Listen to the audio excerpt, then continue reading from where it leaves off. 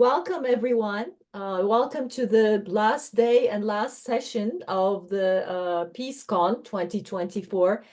We're really glad to have been part of it and hopefully to continue being part of it through the discussions and also the impressions that we've got all throughout the 3 days. We're here with you as a group, as a peace worker collaborative. And we've been working together for a few years, some popping in and out, and some coming in later. But you know, in our own corners of the world, we had been working for a long time for peace and about peace. But we just happen to be at the moment living in North-Rhine, Westphalia, Germany. And this region of Germany is actually one that is emblematic of what can be done about peace work, because there are a lot of diverse communities living in Germany, you know, and especially in this region, there's a long history about that. And this also brings into the perspective of course, different needs of those communities and also inspirations coming for the global issues. And so that's how we actually are bringing our intellect and experiences and also curiosity together for transformative work into peace, basically, into peace building and co-creation of peace. And we're trying to do that at micro, meso, and macro levels. So our micro level is going to be our examples from local perspective. And so this would be what we're doing in our own cities, even our neighborhoods, localities, with the communities that we're engaged with. And we're also implementing all these activities with the help of, with the catalyzation of art, nature, and science. So all these are working together. So this is a transdisciplinary scope that we have, and we're working on evidence-based solutions. So we're looking for solutions together with the communities, solutions that come out of the communities. And the meso level is basically the regional level. So we also try to take our solutions to talk at regional levels with different actors. And the macro level is, as you can imagine, the translocal and the international level. We also have different hats in the group with our international experiences. And we're also very much open to hearing what's happening in other parts of the world and how we can somehow get inspiration by those experiences. And so once again, we're very happy to have you here with us and looking forward to the discussion and sharing of experiences. So I'm Asli Telli. I'm a peace worker, also a knowledge worker, let's say. I'm a researcher of media and communications, but also social informatics, and have been doing community work for a long time, and very happy to be part of this group for the structural changes that we're aiming for a common future. And so I have in this group colleagues very, doing very valuable work that we will try to present with the unique perspectives that we have. If we can go to the next slide, we can see actually the specific work of each of our colleagues. So I will be presenting humbly within the first instances of the dialogue for the transformative dialogue for positive peace. And Burcu Eke-Schneider is also with us with her ecological solutions for peace transformation. Burcu is a longtime peace activist. She also worked in the field of journalism for a long time, and she's a catalyst also for the different solutions at micro, meso, and macro levels. And her specific and unique perspective is going to be through the Peace Garden. She's been working for the last few years on an urban peace garden in the city of Wuppertal, in the North-Rhine Westphalian region. And we've been really learning a lot from her experience and also trying to combine our own intellect and our own vision into her own work. And she's also been inspiring us all the way along. And Rohus is also with us. Rohus is our life coach, actually. I think he would like to be called that way. His own, let's say, expertise and interest is on inner peace and well-being, as you can see featured in our slide. We also have dear Hassan, who's been doing all the heavy load and preparing all these very nice visuals for you and for the whole group. So he's doing very valuable work together with his colleagues and also inviting us all along in the Peace platform that they now call the Peace Hub in Essen. Essen is also a very much industrialized city in the region, North-Rhine-Westphalian region that we're all coming from and we're all voicing out from at the moment. And so it's really interesting to see, you know, all those different actors with their own capabilities, skills, combining in a peace platform in such a city. It's also has had a long history of peace and conflict work, Essen, and has also hosted a lot of migrant workers. So in that sense, you know, these plural perspectives can actually provide different visions for the whole world. Our last, but also very interesting and probably very inspiring too, as you may see and find, speaker is Andreu. And Andreu is here with his artistic vision, but he's at the same time a silent diplomat for a very long time. And he's also a very much solution-oriented silent diplomat. And also interested in the process because he's an artist and he has the hat of an artist. And so he's also interested in preventive conflict by art-based solutions. And he's been working with young people within the last few years, and he'll be sharing his experiences in that regard with us. So this is the different, let's say, foci of the group. And we hope to somehow ignite your interest and discussion all along while talking about this. If we can go to the next slide, Hassan. So these are the local partners mostly Burcu has engaged with. Of course, some of them we have already taken part in, also in the past and within the group work. But I think Burcu would be the most qualified person to speak about the local partners with you. Thank you for Asli for the nice introduction. First of all, I want to say good night. Here we are in Germany, and it's 9:30 almost. Our kids, they slept, but we want them to sleep peacefully, and we are working every day hard to give a nice future for them. I was in Istanbul. I studied peace and conflict studies with Johann Galtung, Norman Finkelstein, and Wolfgang Dietrich, and many world-famous professors after the Gezi Park movement protests. Then I started to work for transformation in 2017 when I moved to Germany.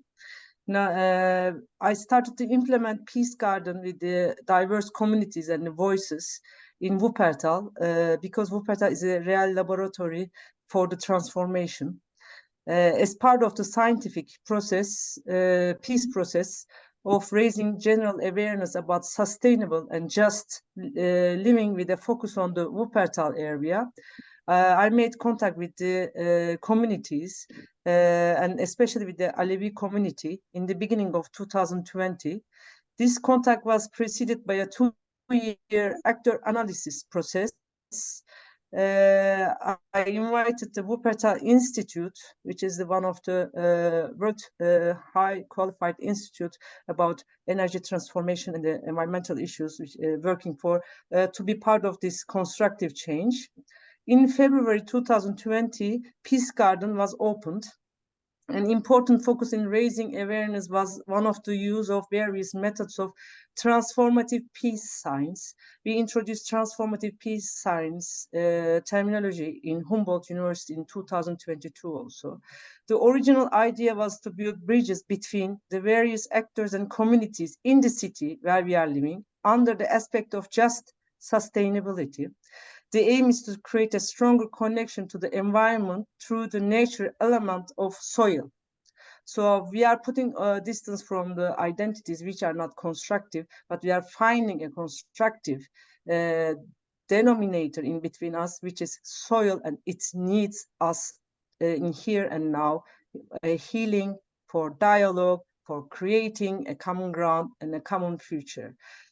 This would raise awareness of this neglected aspect and at the same time contribute to the strengthening the communities in the cities of all stakeholders. So we are a group of peace thinkers. It is a pioneering group implementing these transformative peace building methods, and which this micro, meso, and macro structural changes are the future of our goal. In such a local partners peace building process, when you see the diverse actors in the city, even they didn't meet before, but after such a peace building process, they met and they started to create a connection. The creating peace gardens is a metaphorical symbol of just transition, emphasizing the establishment of innovative order and structure without discrimination, exclusion, and marginalization. A narrow version of the peace building term has begun to appear with the bodies of the UN, the African Union, the European Union, other regional actors, the international legal system, and the international financial institutions. We believe that the peace can be spread from all around the world by teachers, artists, local thinkers, and everybody, activists. So it's not only a bubble where peace can grow. We are now transforming peace building with such an approach. Let's create these peace gardens together.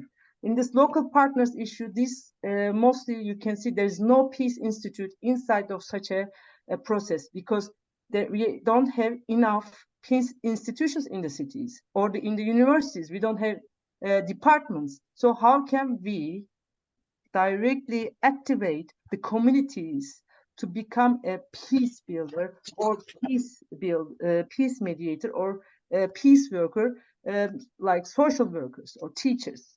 This is somehow a process that which is growing now by the help of transforming the peace science according to humankind's relationship with nature. So we are finding nature-based solutions to directly find solutions to the drivers of injustice in urban spaces. What are the drivers of injustice in urban spaces? Exclusive access to the benefits of urban sustainability infrastructure, racialized or ethnically exclusionary urbanization, uneven environmental health and pollution patterns, no or toxic participation in urban planning, unquestioned neoliberal growth and austerity urbanism, material and livelihood inequalities, uneven and excluding urban intensification and regeneration, unfit organizational structures, lack of effective knowledge brokerage, and weakened civil society. So these conflicts, viruses, ecological degradations, economic downfall, racism, and other forms of all injustice are all interconnected.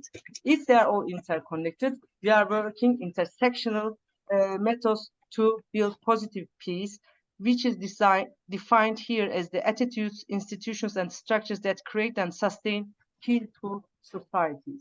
In such a local partners example, you can see that these people, they start to work for peace together, even they have a lot of limitations or the problems in between them, because they believe in peace. So it means that we don't need directly experts who are intervening all the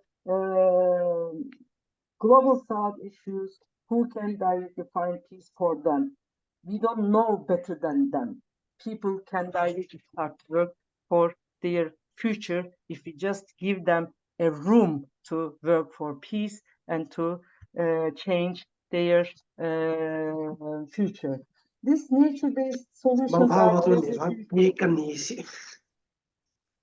nature-based solutions plays a huge role in such a process.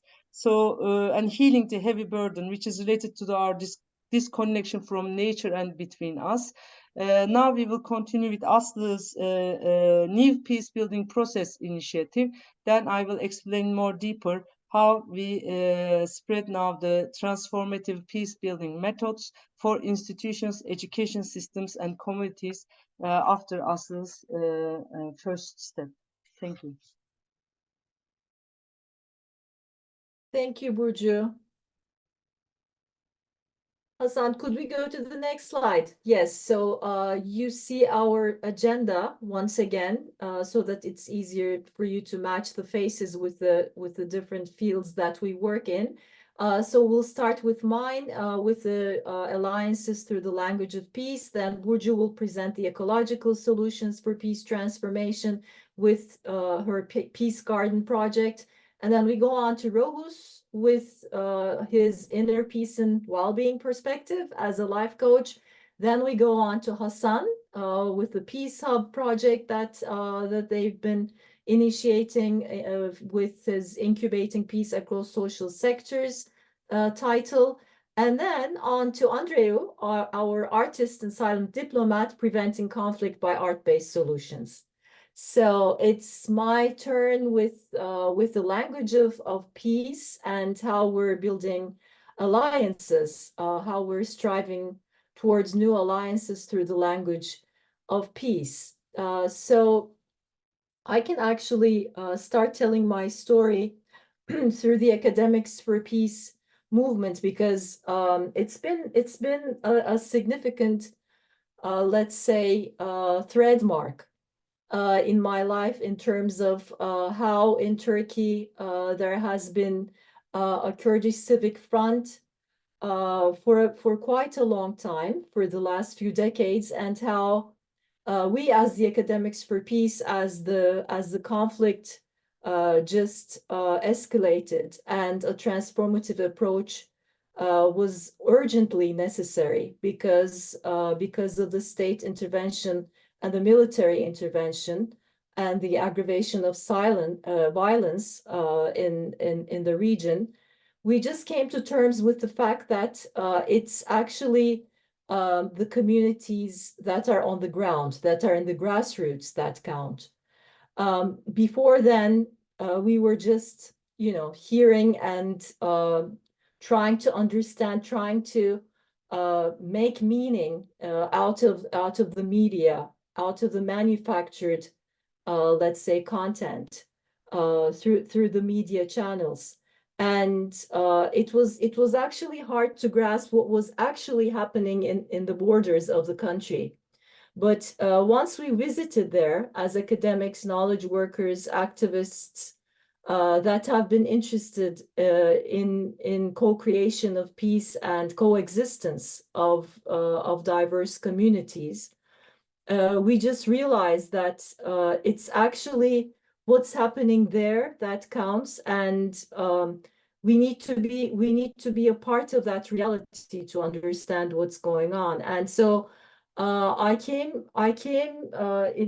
into terms with how building alliances on the ground is important, because I had been writing about that academically or doing scientific work through that, but my field work had been limited up until then. But once I just realized, I became into terms with the reality. It was interesting to see that the language of hope has to also come from the very communities that are facing conflict. And so I had been working on building alliances through my work. I added the language, tried to add, of course, the language of hope and the language of peace onto my work by actually learning from the communities on the ground. If we can go on to the next slide, I will also continue the story in terms of the very specific projects and life stories that I've also faced afterwards, after we signed that petition and got dismissed from our positions back in Turkey, starting from 2016, 2017 period.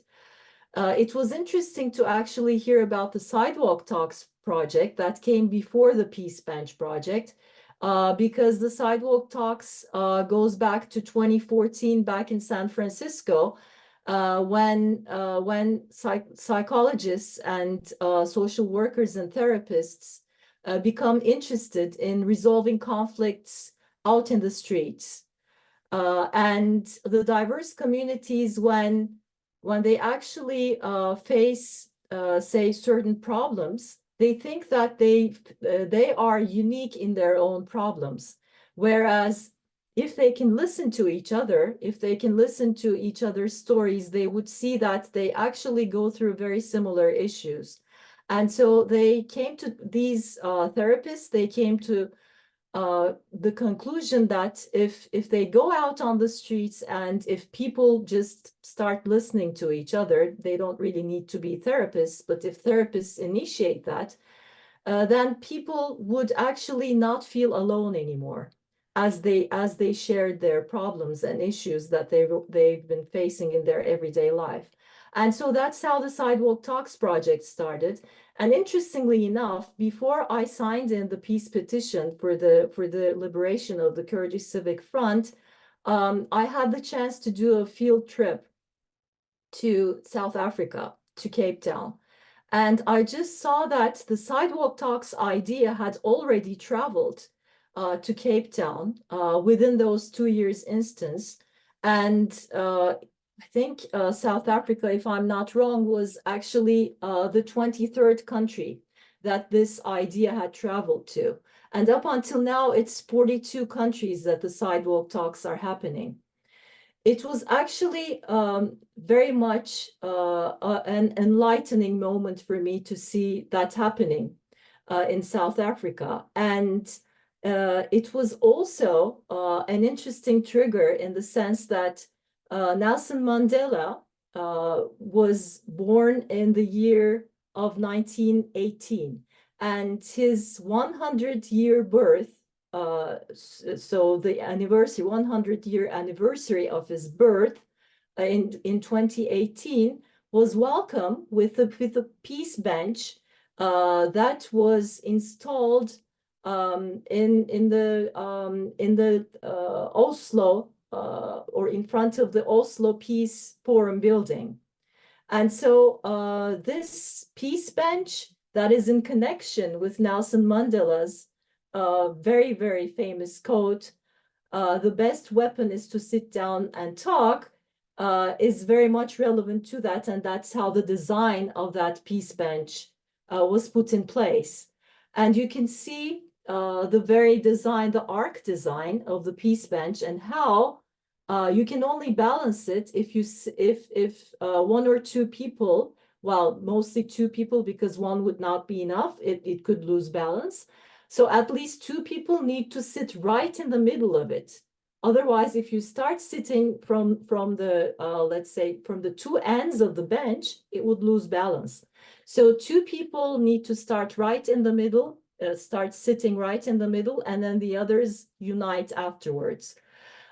So this, for me, had been an aha moment when I first came to terms with that. And it was interesting to see how that thread, starting from San Francisco and then, carrying me towards Cape Town. And then I'm traveling back to Turkey to actually discuss this idea with the other academics for peace and my own community, and how we can develop that idea within that community. And then life brings me to that peace bench, and how the Sidewalk Talks can actually be brought to the peace bench. and I migrate, I have to also forcibly displace myself with my family to Germany within those years. So this is also 2017. So, you know, it's the years of 2016 up until 2018. So this is the 100th birth anniversary of Nelson Mandela's birth, that this, you know, peace idea travels all through the world, basically, within at least 42 countries and counting, basically, up until now in 2024. So all these ideas about the sidewalk talks and the peace bench, we've tried in different locations, but a specific location in Turkey was Diyarbakir. So Diyarbakir is also known as a Kurdish town, but one of the central towns, and also a peacemaking and peace building district in terms of the sort of the unity of the plural communities that are living in that region. So this triggered a lot of the, let's say, ideas around how communities can be involved in peace work and how dialogue can actually create positive peace. And the peace bench idea we tried in Cologne, actually. This was a meeting that was a preparation meeting for the World Peace Day. That it's not a World Peace Day, but I think, you know, it's not universally accepted yet. But we celebrated, a few countries celebrated in conflicting regions as 1st of September, and then some other countries celebrate the 21st of September as Peace Day. But as preparation for the Peace Day of this year, a meeting took place in Cologne in February. And in February, we talked about the peace bench idea, and we just, you know, did a symbolic tryout during that session. And so, you know, I just wanted to tell you how an idea can actually travel within a few years and tour around the world to just, you know, sprout the idea for positive peace. I have only one other slide, and I'm almost done. So this is basically how I would envision constructing the new language of positive peace. Basically, you know, what you see, let's say at the top of that diagram of positive peace is what we need to have, basically the needs, the basic needs of the various communities that are living in different parts of the world. It doesn't really matter whether we're speaking of the West, East, or global North or South.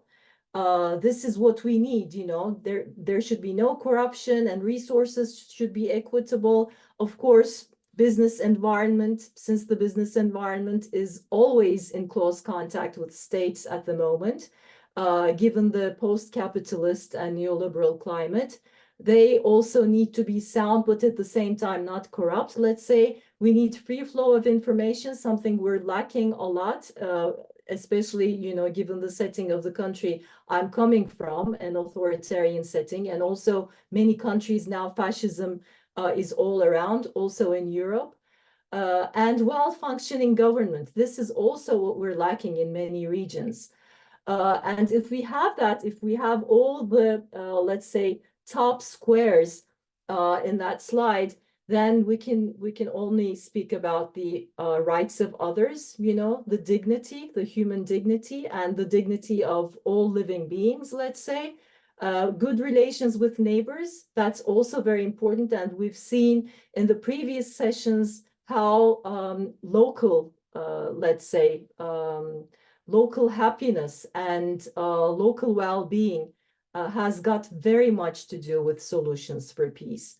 And high level of human capital, I would call this, I would not necessarily call this high level of human capital as in many literatures that you would see in transdisciplinary scope. I would rather call it social capital, because what we're speaking of is social and ecological peace, and that is how we can actually build the narrative of positive peace and the language that brings us towards that. So let me just conclude by saying that this positive peace can also and only be possible if we can somehow combine that with ecology and with the soil and with where we're coming from. And that's how I think the urban peace garden, the very idea of Burcu, and how we somehow meet all our inspirations intersectionally would speak for us. So Burcu, please take the ground. Thank you, Asli. Now let's speak about a bit Peace Garden. I won't take I don't want to take all the time, but I want to share what happened over the last 7 years in this transformation process. First, I learned German, local language. Not easy, but we have to do. Respect mother languages, all the communities, it doesn't matter. More than 120 or 30 cultures, they are living in the cities. We need to just create a dialogue with their mother languages without any discussion. Then the trust process starts. In this peace garden, varied groups within the city exchange knowledge and learn from each other through intercultural and interreligious dialogue, all while growing organic vegetables, fruits and herbs, and learning about local biodiversity, strengthening the woman, and changing consumption behaviors. It's connected with sustainability and just transformation. This was implemented with people from all the variety of cultures, Bosnia, Czech Republic, Syria, some local representatives, vulnerable groups, and police department was sending us the people for social as a social worker in the garden. They were completing their duties as a social worker and working in the garden. So how we can heal also the society in the gardens. All of these communities had experienced war, violence, or the destructive effects of communism, capitalism, neoliberalism. There's no end. In order to heal these traumas passed down from generation to generation, epigenetics and plus, the idea of creating a peace garden was born. So every city needs a peace garden, which we will now scale it to Essen also, with the goal to reduce violence in the urban environment with the help of nature. So nature is our denominator. The Peace Garden used the nature-based solutions as a dialogue method for a sustainable and just future in an urban context and ecological guidelines for solving problems in nature and with nature.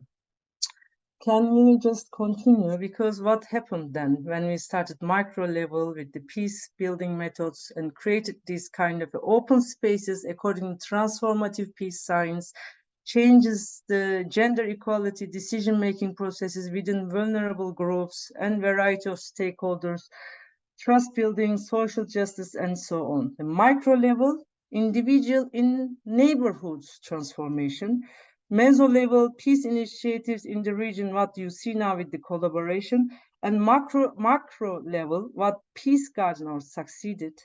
International institutions and policymakers that when we continue, you will see the first evidence-based policy brief in the world we published during the 2022 G7 process when Germany was the president during the presidency of Germany. So we can see this evidence-based where it comes from, this kind of new terminologies. They are not coming from the air.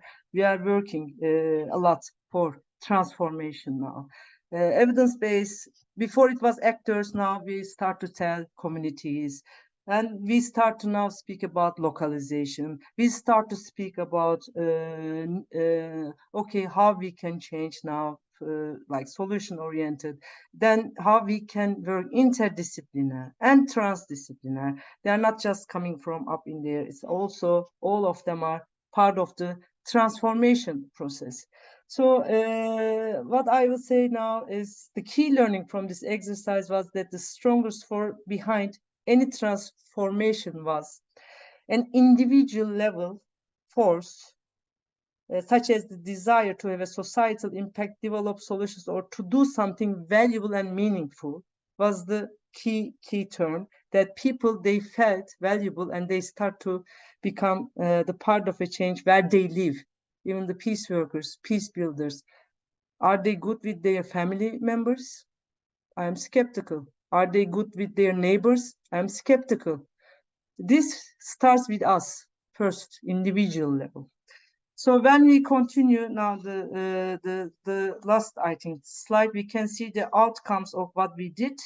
The roadmap, the transformative peace building, how we work with the communities in the nature and work with the nature, and the publish. We can show that Hassan, the other slide, which what we published there, to show what was the result of this transformative peace science process. We published the G7 process, the first policy about evidence-based policy about sowing seeds for peace, micro-level peace-building methods towards a just and sustainable urban transformation process with the communities. We also started collaboration with the diverse discipline and started meso-level scientific and also artistic approaches. This also, even Germany is not so well known about peace building. They are now, Germany opened a space for us for working for peace in the cities. This is also a huge transformation for Germany. And we also created our alternative press media, which is one of the biggest destructive actor or kind of a language what they use, and escalates everything. And we wrote about how the wars happen if there's no investment in sustainability and a culture of peace. We included that we must end in peace with alternative media approach. So while we are doing such things, we are also in contact with the community. Still, we are in the garden, we are working with the people, and in social media, everywhere.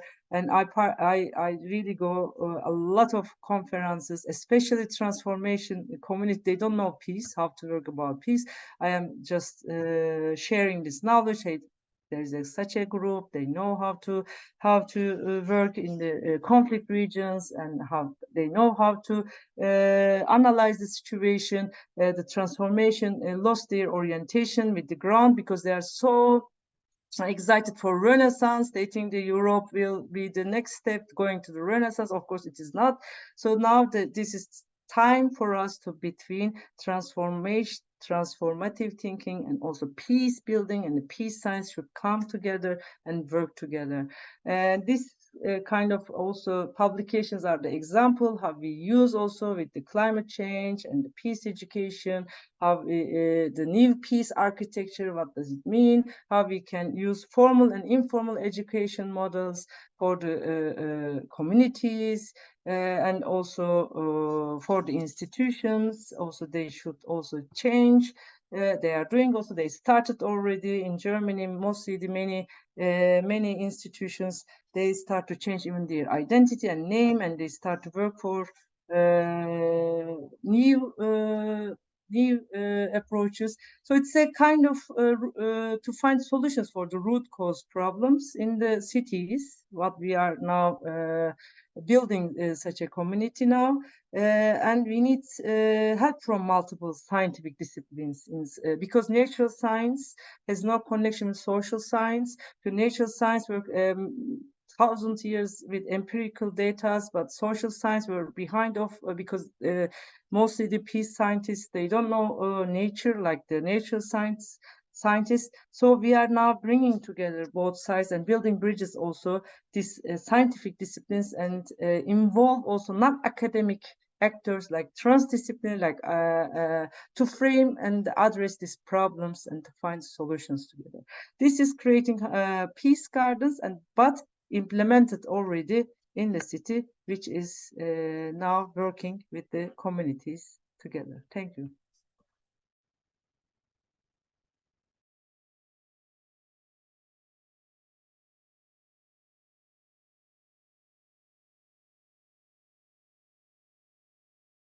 Rohus, would you like to take the mic?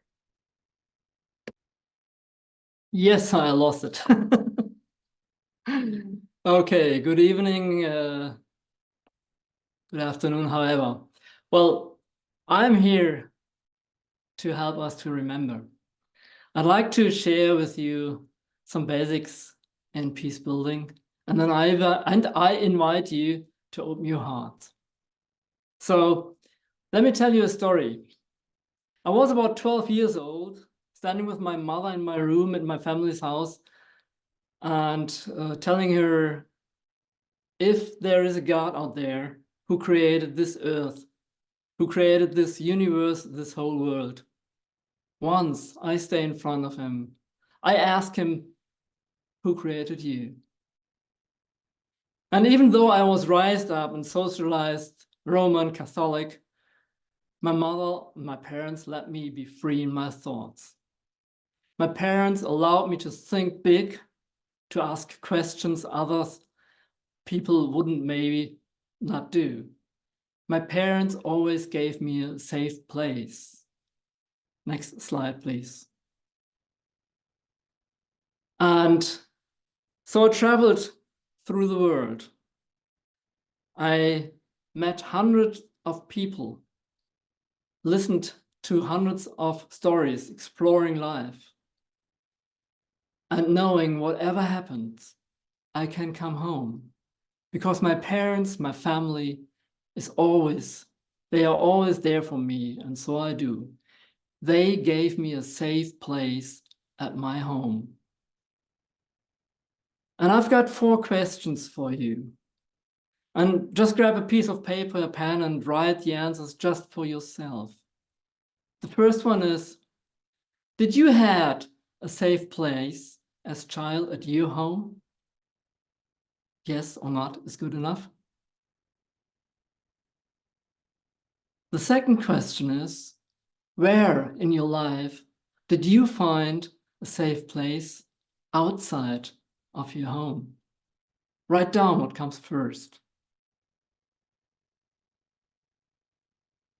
The third question is, are you able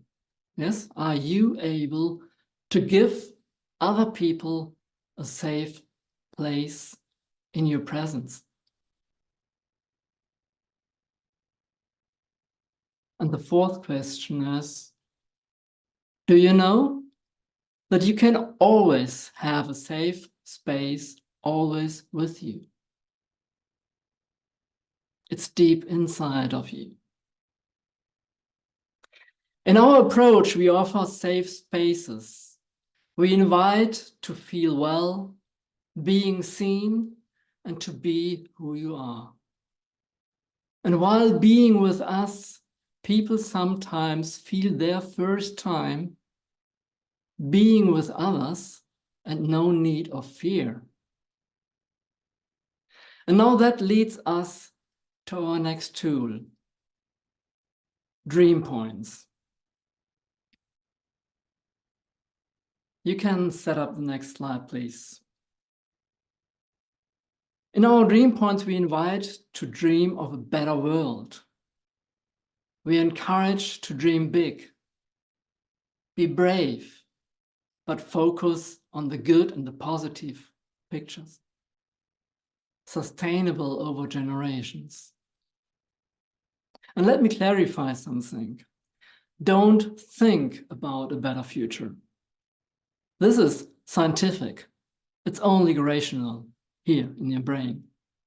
Dreaming is emotional.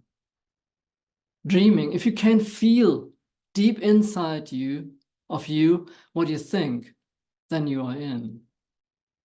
And then not only dream it, write it down, paint it, visionary it, and very, very important, talk to other people about it, including your feelings to it. What you feel by this vision of your future. That is a way these dreams can come to reality. And we take our next step in evolution. Development of mankind has two roots. One, we experienced the last 10,000 years, and we still do. One was about the limbic system and driven by fear, by escape, by eat and being eaten, harm, and whatever that leads us to learn how to react on something. The other one, which becomes more and more visible in these days, is a peaceful way of development, driven by longing for well-being. And there is no doubt about it that we are at the edge of a new age. The age of materialistic and greed will find its end. A growing amount of people of the upper third of the green mem is switching into the second tier, the yellow mem, referring to the spiral dynamics. So the further development of mankind follows the path of intellectual and consciousness revolution, which means a new way of thinking and becoming aware of what life is about. And it's all about relationship. So our coaching supports our presented approach of peace-building activities in many ways. And remember one thing, all I do is not only for me, it is for those coming after me. Thank you. Thank you very much. Hassan, it's your turn. Yes. Thank you very much for this wonderful contribution. I'll be taking over the mic now. My name is Hassan and I'm representing the Peace Hub. So first of all, I would like to say a little bit about myself. I'll keep it very quick, very brief.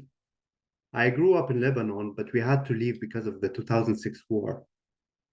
And even then, young, I was often thinking about why is there war? And I thought, okay, because we have a poor country in Lebanon. But we actually moved to Abu Dhabi. You know, there's very rich. But even though with all of the money, the problems were still there. And then later, I traveled to Germany to become an international student. And was really with the thoughts that, yes, in Germany, there will be the future, there will be the peace, there will be everything that I've dreamed of, the promised land. But it's year after year that was not the case. And this is a little bit about myself. And through this path, I found my path to work for peace.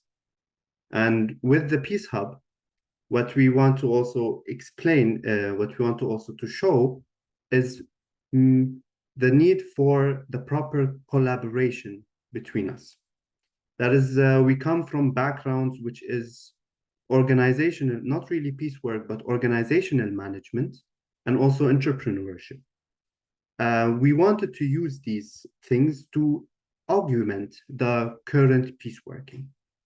And so before I want to talk about the piecework, I want to explain more about the why. And to go forward with this, I would like you to imagine like two landscapes. One is a dense and wild forest, just like the Amazon. It's thriving, but chaotic. Each tree is fighting for sunlight. Each animal competes for resources. And the second is a carefully cultivated garden where every flower and plant has been purposefully placed to grow in harmony. This forest structure represents survival of the fittest, where nature is left to take its course. The garden, however, is a structure where there's synergy between man and nature. And it's also through intelligent design. It only can thrive when there is care, attention, and a deep understanding of this environment and the interactions between them. And so I'm actually building up on the metaphor of the peace garden that our dear Burcu also explained. But why am I telling you this? Because human collaboration is much like these two landscapes. Left to chance, our interactions just resemble the forest, untamed, disorganized, and often marked by conflict. But with intention and design, collaboration can become like the garden, a space where everyone can flourish. And when it comes to peace building, cultivating this garden is not just a possibility, it's really a necessity. To talk a little bit about collaboration, it's been the foundation since human civilization happened. From prehistoric tribes hunting together to modern societies tackling global challenges. This PeaceCon is also an example of this global collaboration where people from all around the world are coming together to present the solutions and to share the knowledge and to work together to cooperate in the context of peace. And we all know on this path of collaboration, it's not easy. There's cognitive demands, there's social dynamics, there's dysfunctional communications, and there's differing motivations. All of these lead to misunderstandings and in worst cases, conflict and violence. And left unchecked, these challenges grow wild like a forest without management. So that is what we want to also contribute to, helping with the improving of human collaboration. And so many organizations already in the economic sector have recognized this and are investing so much in tools, frameworks, methodologies to manage the collaborations. From tech companies in Silicon Valley to global shipping industries, they've realized that collaboration is both an art and a science. So we at Peace Hub, we want to apply these same principles using tools from entrepreneurships and organizational management to foster grassroots peace building. And here I will talk a little bit about what we have already done. We launched 2 events at the beginning of this year, and we brought together 160 individuals. You see here the pictures. We also have part of the Peace Workers Collaborative also there, and the youths and the experts and the community members, and they came together to collaborate on the social issues. And we used a living labs models where really the process of collaboration was the thing that we wanted to observe and to learn from.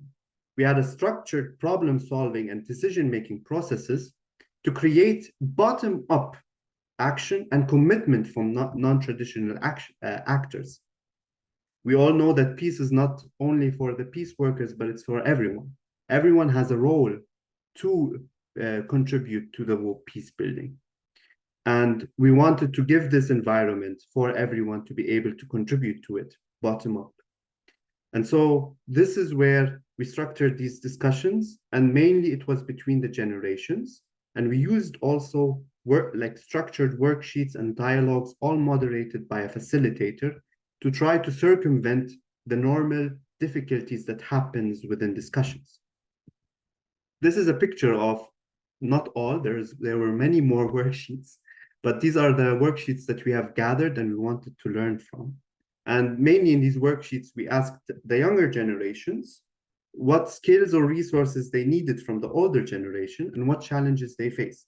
From the older generation, in turn, we asked them to give advices and to identify common mistakes that they believed the youth should avoid. To our surprise, even though there were many participants, there was a cap and there was a cluster around core themes. This was mind-blowing for us when we realized this. It might be some intuitive, but it highlighted that actually we all have these shared values and we all have these shared challenges. This reinforced our beliefs that structured collaboration can bridge these generational gaps and lead to many meaningful action. But we didn't just want to talk about peace. We wanted really, we wanted results. We wanted real tangible results. Like tending to a garden, we sought to create this sustainable process for growth and innovation. And this was not the end of the discussion, but we moved on to having a discussion about the plans, which follow the framework of the 5W1H framework, and many ideas emerged. These ideas also fell under categories. These categories were done after we analyzed them, and they were like community engagement events, skill building workshops, educational programs, awareness campaigns, mentorship programs, and resource sharing initiatives. I'm sure if we conducted this kind of events in different geographical or cultural contexts, then it would have made many different results. But we believe this is what the community itself has shared to us what it needs. And by listening to these needs, we wanted to work also with the experts, and we refine these ideas with the experts to generate these powerful results. Out of it came 10 projects. 6 of them are currently active, and 4 are upcoming.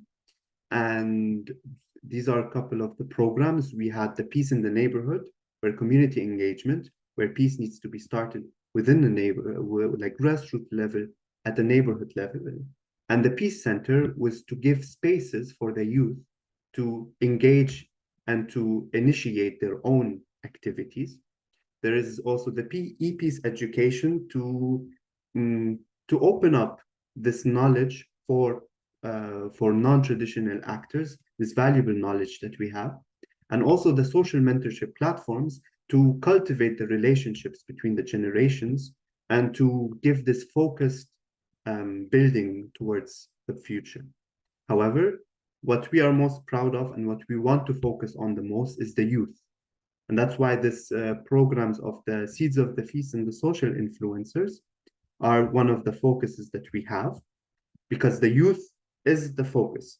We've seen how, with the right tools, young people can really become the true gardeners of peace. They bring energy, passion, fresh ideas, and with the right support, they can really drive real lasting change. And so with this program of Seeds of the Future, we already engaged 20 young leaders, and we're providing them with the skills, knowledge, and tools they need to become effective community leaders. These young people are not just participants, they will be the catalysts for change. They will make the change, and later in the future, they will manage this change. And so there is more programs, but I would like to conclude here just to say that through these 2 different landscapes that we have seen, we want that the garden is the one that flourishes in the future to offer harmony and so intention and growth for the human collaboration. But it really, truly requires effort. So we must be like the gardeners, working the soils, planting the seeds, and nurturing the roots of collaboration, trust, and understanding. This is what we hope through the Peace Hub and our partnerships to not just solve today's problems, but to create a sustainable world where peace can thrive tomorrow. The journey is not easy, but the beauty of the garden we will grow together is worth every effort. So let us not just come together in dialogue, but let us collaborate together and come to work together. Thank you very much.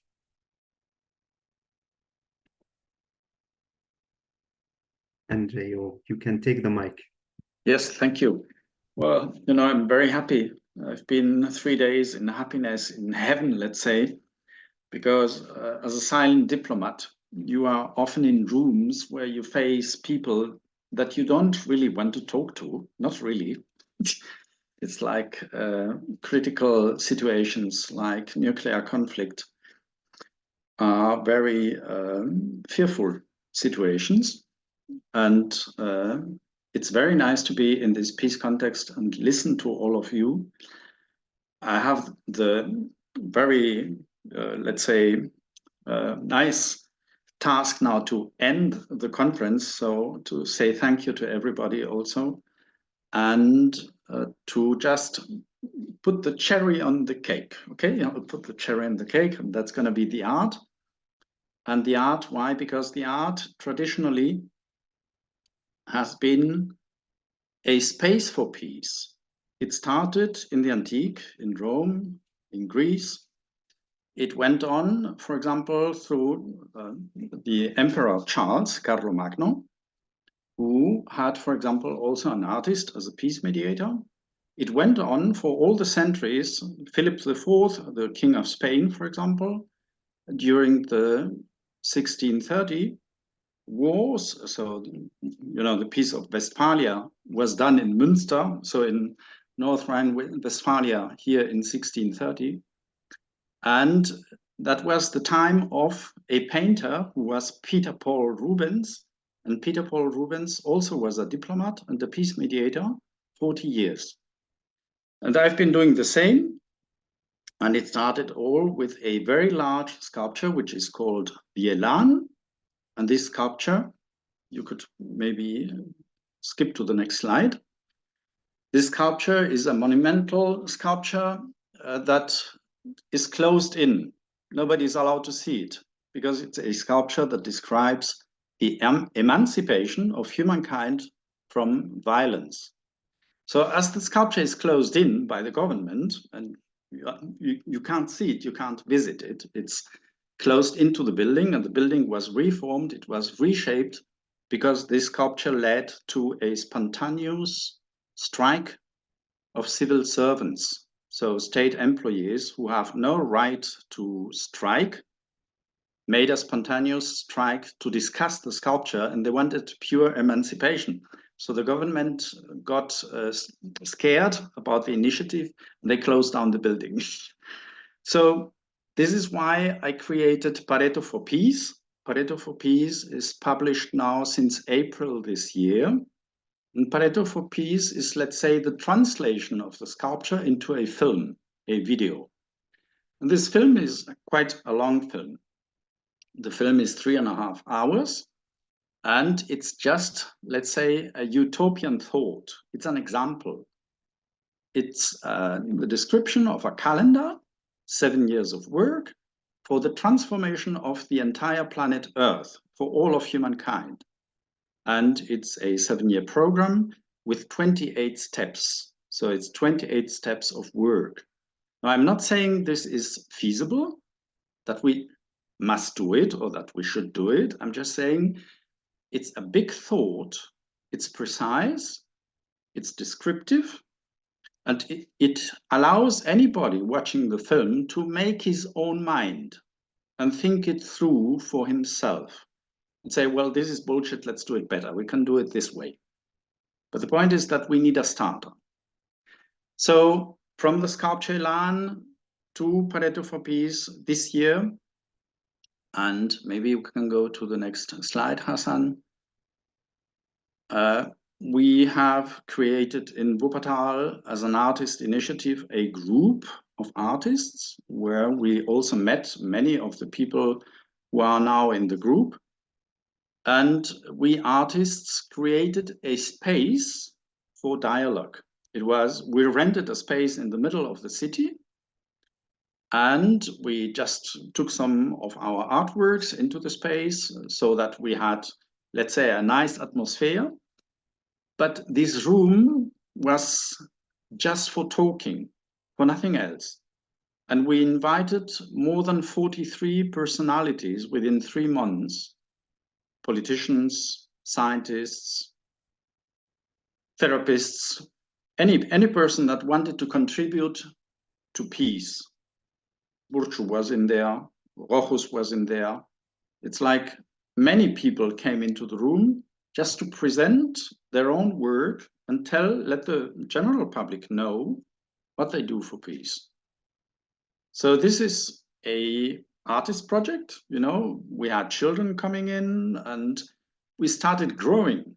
So, you know, in the beginning we were 7 artists and suddenly we were about 80 artists all participating, and the project went on growing. It's like groups of artists came in and we are still expanding. So I have now an exhibition in the city of Leipzig in the railway station. It's the largest railway station in Europe. It's a Kopfbahnhof, that's what it's called. It's a huge building, and I have the largest exhibition I've ever had. The first picture you saw in our presentation showed the opening of this exhibition.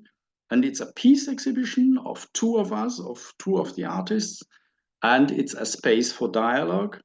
So I'm very often now in Leipzig, and we're still expanding. So as soon as Leipzig is finished, we're going to go to the south of Germany and do the same in Freiburg. So it's spreading like fever, you know, it's contagious, it's a virus, it's the peace virus. Hassan, maybe next slide, please. Yeah, and what I want to talk to you now is about a project which I did with children. And here I will go a little bit more into detail because, you know, my life is very public. So if you want anything to know anything about the Elan, just go on the internet. You'll find films and documents. So it's like everything is published. But this year is special. It's very special to me. I've done several projects with children for years, for many years. It's like in parallel to the silent diplomacy and the mediation in war cases, you need healthy spaces. You know what Burcu said, you need healthy spaces, and working with children is a healthy space. So you talk to ministers and then you go and talk to children and you're settled. You know, it's like you come down, you calm down. It makes it easier to face the ministers the next time. And what we did in this project is there was a school in Germany, a primary school, and this school had a problem. In a third class, they had 99 children from 90 different nations. So it was 99 children, 90 nations. And they had a problem with identity.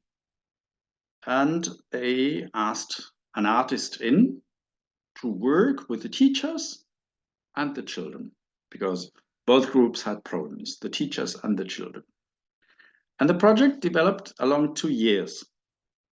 And in these 2 years, what happened is that we created an art piece, an artwork, which is public, it's in the street, made of ceramic tiles, which the children made, and a huge drawing. The drawing is 30 meters long. And the drawing and the tiles were manufactured in the school with the 99 children. And what was it that we did to create a common identity? It was a process which I will summarize. There is a document which Asli has already put the link in the chat, so you can copy or just open the document. What we did is that we had all 99 children bringing into the school stories of their origin, so fables. And in these fables, the wisdom of their culture is expressed in short terms. And we collected 99 fables, 99 stories. And then I sat down, I took them all home and I analyzed them. And, you know, as Hassan showed you, there were emerging common points, common aspects. But I had to construct something for them in a way so that it would be themselves that came up with the idea, which implied that out of the 99 examples I had to reduce and prioritize some elements to create a new fable, which was the fable then of those 99 children. A new fable telling a new story, which was inspired by the 99 fables they had talked about.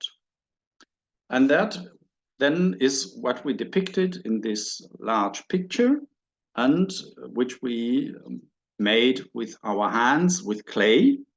Why? Because of what Burcu said, when you touch earth and you touch clay, it makes you happy. It produces oxytocin, it's the hormones that flow.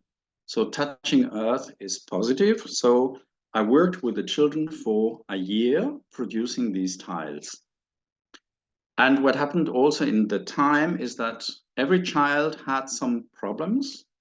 And there was an artist that was long hours in the school, and they could come to the artist and talk and release themselves. So that is also something, a process that happened while we were doing the artwork. And I will just tell you the 3 moments of the fable and then finish. So in this fable, what happens? It's a short story, it's 2 pages, and you can read it. It's translated into English. It tells the story of a fish. The child is the equivalent of a fish. It's living, below the sea level, so the horizon is the sea level, okay? And the fish goes close up to the surface, and then he sees other animals. And he says, strange world out there. It's the child looking into the horizon of the adult world. So it's the world outside the sea. And then he finds a bottle with a genie, and he frees the genie, and then the genie allows the fish 3 wishes. Well, the fish swims, he looks out, and he sees the giraffe, long neck, you know, very long neck, and he says, well, if I have a long neck, I can look out, you know, I can cross the water surface and I can see the world outside. So genie, give me a long neck, give me a giraffe neck. So we have a fish with a giraffe neck. Yeah, that's the first stage. And as soon as he looks out, you know, it's hard to swim. Okay, it's hard to swim with small fish with a long neck, hard to swim. So he needs some other tools because he wants to see more, because then he sees, he looks out and he sees the birds in the sky and he says, oh, they fly, they can see even more. And he goes back to the genie and says, genie, I have a second wish. Give me some wings, I want to fly. Yeah. And this is, if you want, a metaphor for the children starting to fly with the knowledge that we give them. So the first thing is they have the curiosity to cross the limits of their own world and to immerse themselves in a next world. And then we give them the wings to fly so that they start understanding the world and life. But that is not enough to the fish. He's flying, he sees what happens on Earth, and he sees a group of lions, and he sees that the lions are roaring loudly. So he says, wow, that's impressive, strong voice, I want that. So he goes a third time to the genie, and he asks for the head of a lion. So you have a fish with a long neck, a giraffe neck, then you have the wings, you know, it's a flying fish with a long neck, and it has, in the end, a lion's head. And this is when the children, let's say, become adults, and they need the strength of a lion and the strong voice of a lion to make themselves heard. And this is the way we told them, you know, we agreed between the teachers and the children to create this image and this process to show it. So it's the journey of this fish from beginning to end. Yeah, and this is a project which I enjoyed most, the children enjoyed it most, and the neighborhood enjoyed it most, because it was something that was talked about in the entire city. And it prevails, it's like no tagging on it, no, you know, people like it, that's it. Okay, that's from my side. That's all. Thank you.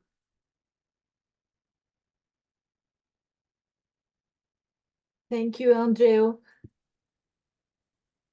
It seems like our time is almost up, but yeah, Rahul's right. We can actually celebrate this since it is the end of the panel and the very end of the whole big conference as well, because we were the last presenters, the last session.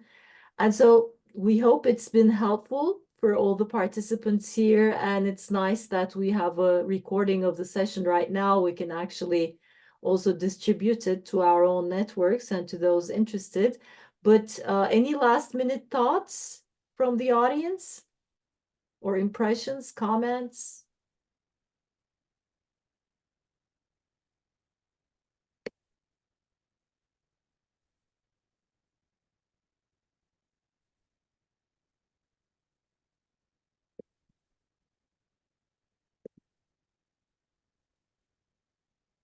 Maybe I can say something for the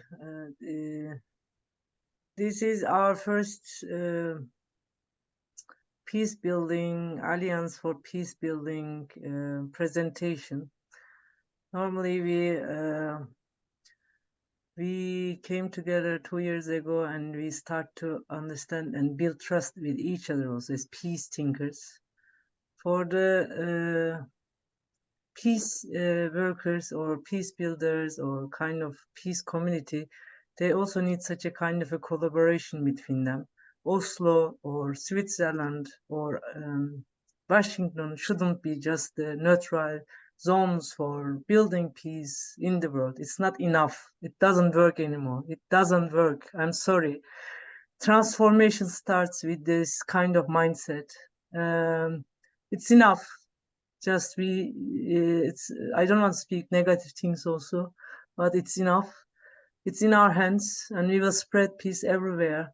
This peace knowledge shouldn't be just a elite structure in these universities where the people, they die to reach such a kind of a knowledge. I'm happy that my professors, they came to Istanbul. They educated 10 students all from the conflict zones or around the world. Before, like Galtung, we lost in this year, as you know, he died. He's the founder of peace studies. And I think these people should move from their comfort zone and just reach the people and spread the knowledge without any expectations. It's time for this.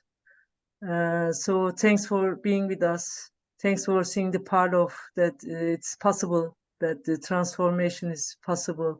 You can say change, or I don't know, some old leftists can say revolution. It doesn't matter, but we have to change. We must change. Thank you, Alliance for Peacebuilding Community, to open a space for us. It's also a space that we are sharing our thoughts. We are critical. We are critical thinkers, but we know that without critical thinking, nothing will change in today's world. So I hope we will find soon thousands of solutions together and implement them as soon as possible. And we'll continue to be part of a constructive change and evolve together. Thank you.